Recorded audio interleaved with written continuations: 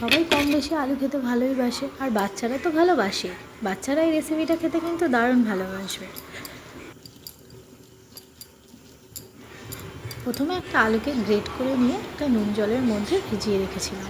ভিজিয়ে রাখার জন্য অনেকটা জল বেরিয়েছে, সেটাকে নিংড়ে নিয়ে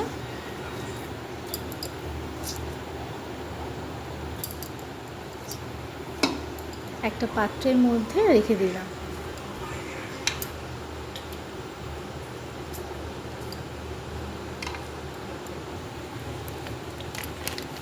এবার পাত্রের মধ্যে একটু কর্নফ্লাওয়ার,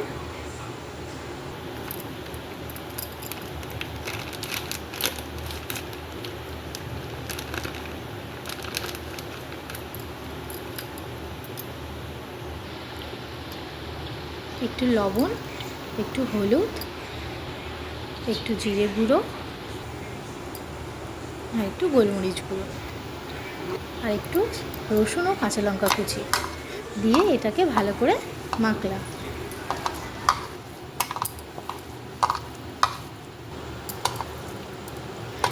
এটাকে এবার গোল গোল করে একটা প্লেটের মধ্যে রেখে দিলাম।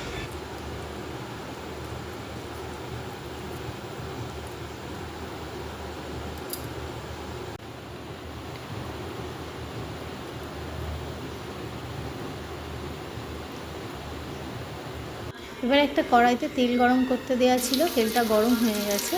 তারপর ওই আলুর বলগুলো তেলের মধ্যে ছেড়ে দিলাম।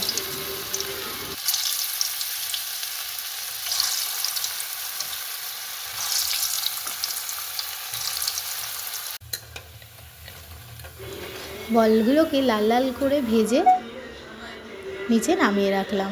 একটা প্লেটের মধ্যে বলগুলো ও স্যালাড দিয়ে সার্ভ করলাম। এটা কিন্তু দারুণ খেতে লেগেছে।